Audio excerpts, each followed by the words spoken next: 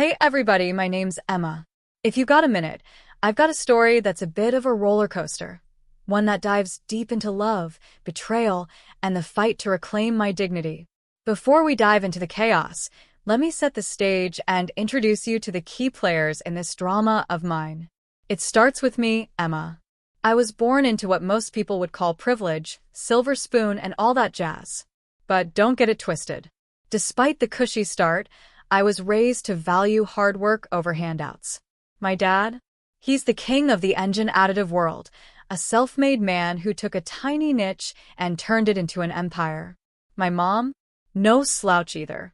She built a beauty salon brand from the ground up, making her name synonymous with elegance and success. When they divorced at the end of my teenage years, I braced myself for the worst. But surprisingly, they kept it classy. Everything was split down the middle, and they somehow managed to maintain a friendship through it all. Dad remained a content bachelor, pouring his heart into his business. Mom remarried a quiet man, but never expanded the family beyond me. And honestly, I was okay with that.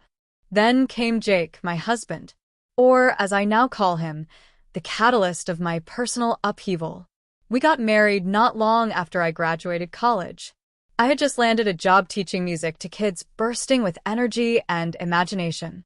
Life felt sweet, simple, hopeful. But as with many good stories, the plot twisted when I got pregnant. That's when Jake's true colors began to seep through the cracks. One lazy Sunday, we were lounging on the couch, Jake with his feet up and me sipping tea. That's when he casually tossed a grenade into our calm little world. "Emma, babe," he said, barely looking up from his phone. "Why don't you just quit your job? Stay at home with the baby. We'll manage." I nearly choked on my tea. Quit my job? Jake, you know we can't afford that on your salary alone. And besides, I love my work. He just waved his hand, that smug little smirk playing on his lips.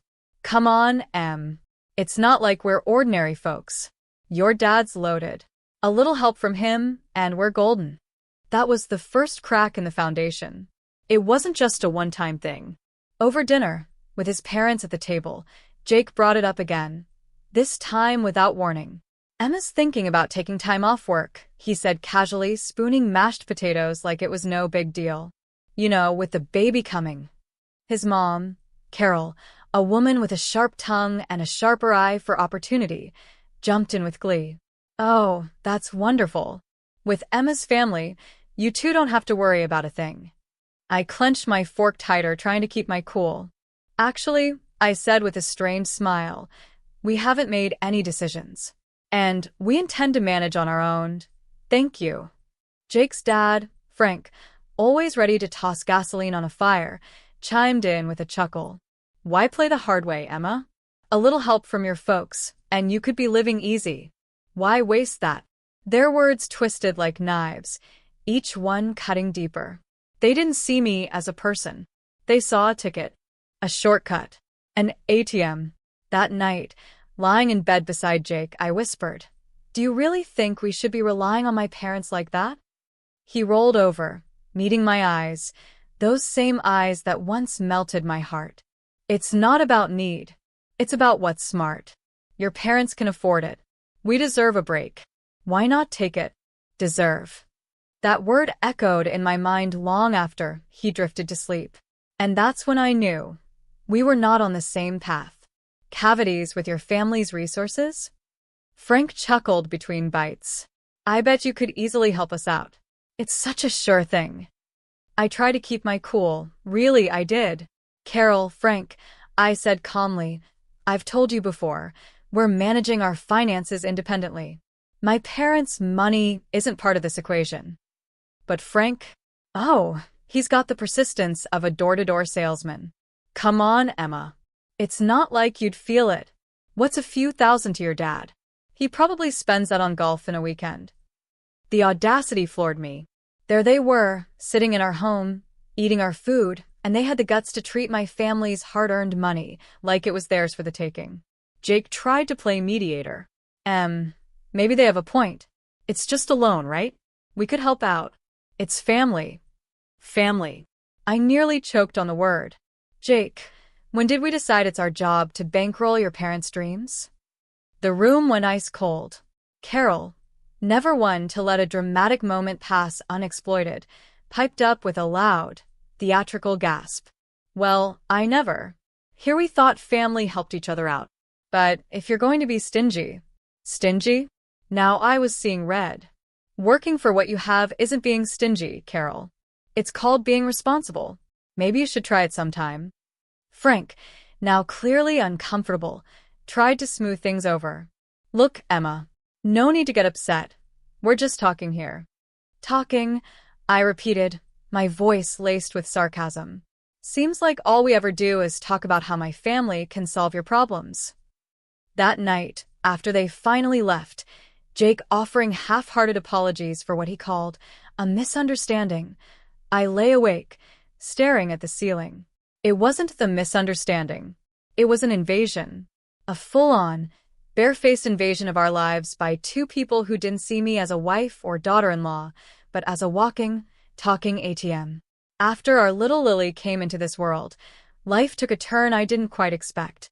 You'd think the arrival of a grandchild would bring out the best in people, right? Well, not with Jake's folks.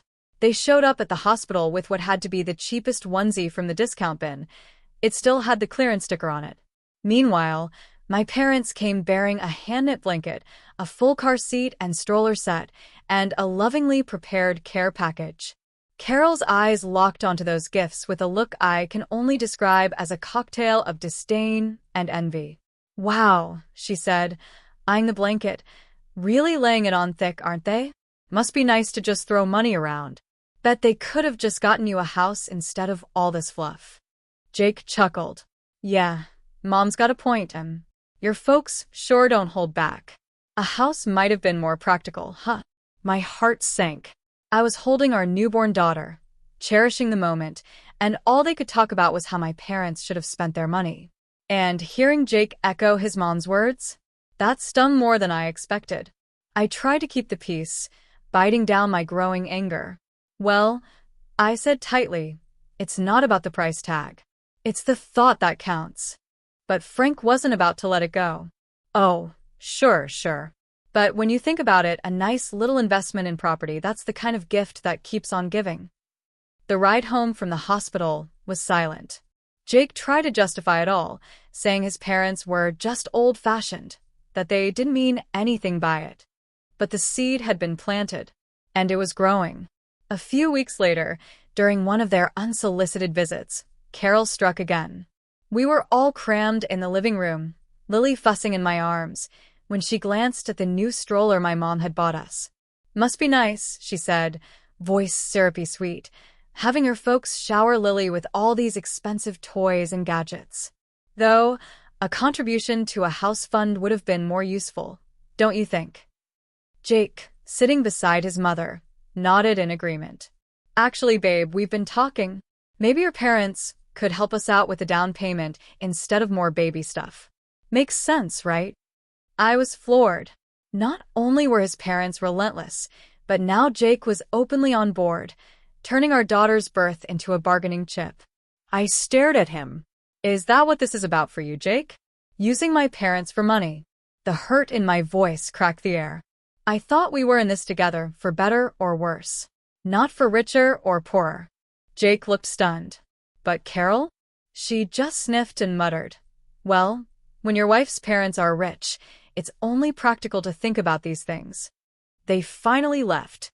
I sat in silence beside Lily's crib, my chest heavy. The truth was no longer avoidable. To them, my family's fortune wasn't just background noise. It was the goal. And I was the currency. The last few years have been a roller coaster, to say the least. Lily's now 3, fiery, smart, full of life. She's my everything. But life threw me a curveball I never saw coming. My mom, the accident was sudden. A shock to us all. One minute she was vibrant and laughing, the next gone. I was drowning in grief, barely able to function. Jake? His first question wasn't about how I was doing. It was, so, how much are you getting from your mom's will? It felt like a slap in the face. My mother wasn't even cold, and here he was, circling like a vulture. According to her will, I inherited the beauty salon chain, the entire franchise. I knew nothing about running a business, but Jake? He was quick to offer his expertise. "Babe, let me handle this. You know I've got a neck for business," he said, beaming with confidence. I stared at him, realizing with a cold clarity, he wasn't trying to support me through my loss. He was trying to capitalize on it. I was too lost in my grief to argue, so I let Jake take the reins. But I made sure of one thing: the ownership papers for Mom's salon remained in my name. A small part of me hoped, maybe, just maybe, he could actually turn things around for us. Then, barely a year later, Dad passed away from a sudden heart attack. Losing both my parents in such a short span shattered something inside me. I was drowning, emotionally gutted, and I needed Jake more than ever. But instead of being my anchor, all he could talk about was the inheritance. The very next day after Dad's death, Jake's parents came over. I hoped, at the very least, they'd offer a moment of sympathy or respect. But no, Frank dove right in, grinning like he'd won the lottery. "So, Emma, must be a hefty sum coming your way, huh?" he said, barely able to contain his glee. I saw red. "Can you not, for once, just stop talking about money?" I snapped. The words shot out of me like shrapnel. Carol gasped and put on her best offended act. "Well, I never. We're just concerned about the family's future." No need to be rude. Jake, ever the peacemaker, tried to calm things down. They're just curious. I mean, it's a big deal, you know." "A big deal?" I echoed, my voice rising. "Jake, my parents are gone. And all you and your parents can think about is cashing in? Is that all I am to you? A walking bank account?" Silence. Thick and suffocating. Jake looked at me, then at his parents, muttering some half-hearted apology. But the damage was done. I couldn't even stand to look at them. Their greed, their lack of empathy. "Get out," I said. My voice was calm, but ice-cold. They left. Carol muttered something under her breath. Frank scowled. Jake lingered, trying to justify their behavior. But I wasn't interested in excuses. Just 2 days after my father's funeral, Jake came home early, practically bouncing through the doorway. "Babe, I've got awesome news," he beamed. I struck a deal to sell the hairdresser chain. Can you believe it? My jaw nearly hit the floor. "You did what? Without even asking me?" I was stunned, betrayed. Before we could even begin to argue, his parents showed up. And they weren't here to mourn.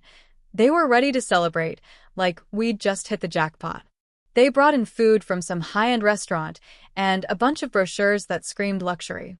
Carol was all smiles, practically shoving the brochures in my face. "Guess what, honey? We sold the old condo and put down a deposit on a beach house. We're all moving to the coast." I stared at her, completely blindsided. "Hold on, you what?" "Nobody asked me if I wanted to move. I don't want to live by the beach." "What about the humidity? The storms? The schools? We have a kid." Carol waved off my concern like I was talking about the weather. "Oh, don't worry, dear. We've also booked a cruise. You should come with us. It'll be fabulous." "Where is all this money coming from?" I asked, barely able to keep calm. "Well," she said sweetly, "with your father's passing and the sale of the salons, money's no object now. We're set for life. Think about it, yachts, private jets. We're living the dream."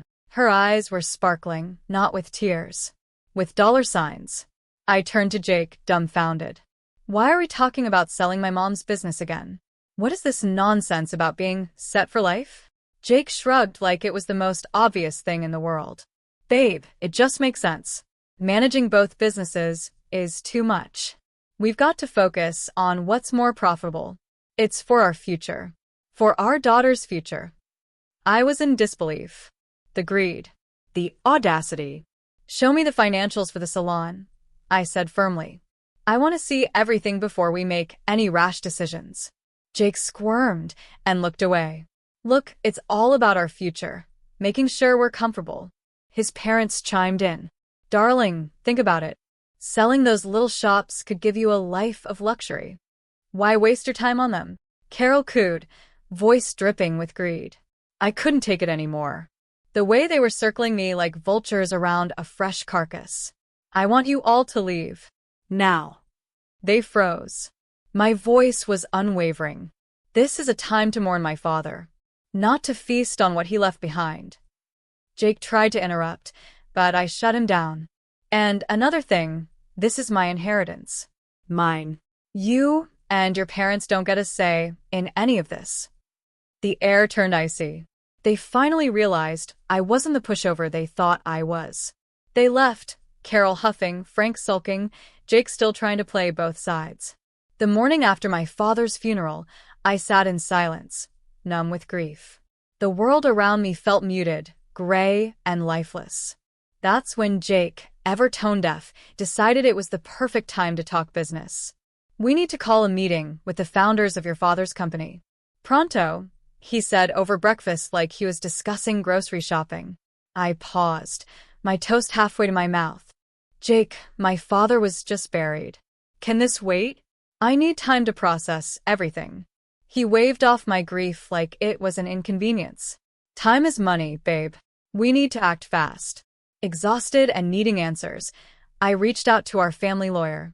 I asked for a full breakdown of the salon's current financials and a primer on my father's company structure.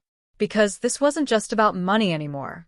It was about protecting what mattered and making sure the people circling me like sharks didn't take another piece of my soul. I had hoped the financial information I uncovered would give me some ground to stand on. A month went by in a blur of legal jargon and financial statements until Jake, accompanied by his ever-present parents, descended upon our home once more, each of them brimming with unsolicited advice and greed-laden suggestions. Without so much as a hello, Jake dove right in. I've been thinking, I'm the right man to lead your dad's company. The audacity of his claim left me speechless, but he wasn't done. And I'll need a new car. Something that screams business mogul. The latest BMW should do the trick. Before I could even muster a response, Carol chimed in with her own outrageous demands. The Coastal House is nearly ready. We just need to throw in another $300,000, plus some for furniture. And dear, I expect you to set up an account for me. I need to maintain my lifestyle, after all. Listening to their endless demands, something inside me snapped. A switch flipped. I was no longer the woman who stayed silent. No longer Miss Nice Gal. Clutching the divorce papers like a shield, I stepped forward, cutting through their chatter. Jake, we need to talk, I said calmly, placing the papers on the coffee table in front of him. He picked them up, his brow furrowed. What's this, then? He asked, attempting nonchalance, though his voice trembled. Divorce papers, I replied, each word deliberate. I've had the business audited, Jake. You've run it into the ground.